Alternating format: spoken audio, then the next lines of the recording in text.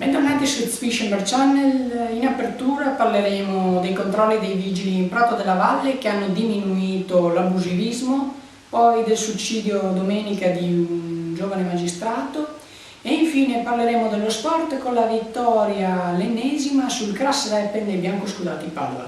Questo e molto altro dopo la sigla.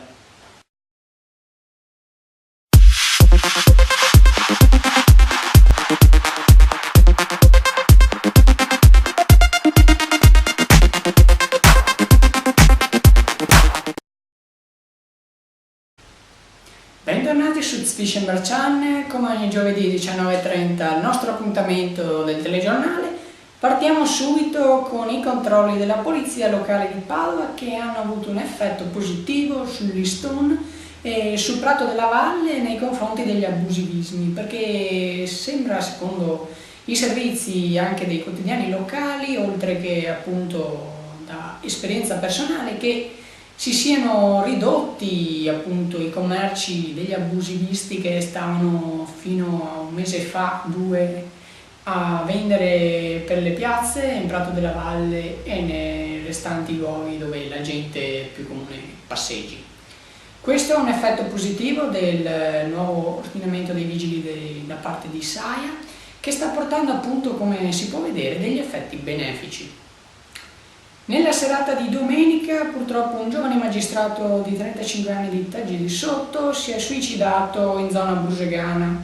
Nelle immagini il giorno dopo possiamo vedere appunto il luogo dell'incidente e notiamo appunto il fatto che sia privo di barriere. Il giorno dopo la società dei treni ha anche messo un cartello che però a nostro avviso è alquanto ridicolo per il semplice motivo che appunto una persona, se vuole farla la finita, non è che gli importa molto dei cartelli. Sarebbe consigliabile appunto impostare delle paratie un attimo più solide.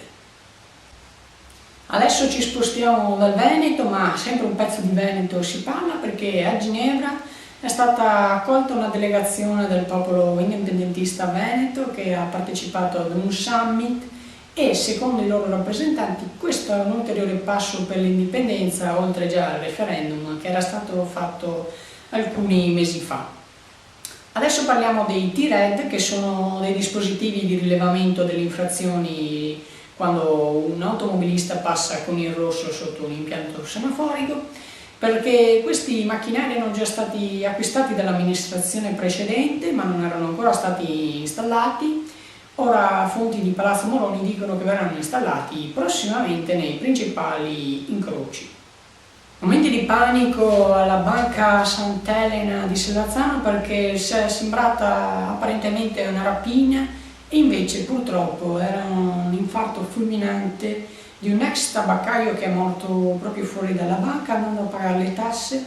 I passanti però hanno pensato a una rapina proprio perché hanno visto il telo bianco sopra il corpo vicino appunto alla filiale, ma appunto è stato solo un infarto e tutta la situazione purtroppo è tornata alla normalità.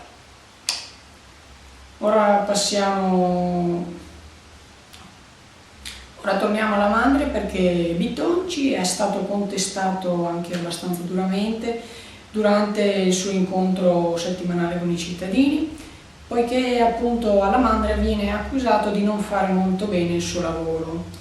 Molti sono i furti infatti registrati nella periferia, in particolare in zona Mandria, dove la polizia locale e in generale anche gli altri enti di forze pubbliche sono poco visibili, almeno ai cittadini. Passiamo ora alla pagina sportiva, perché i biancoscudati vincono sul Crass Reppen per 1-3, quindi continuano la loro scalata e per ora rimangono in classifica. Bene, con questo io ho concluso questa quasi breve edizione rispetto alle altre.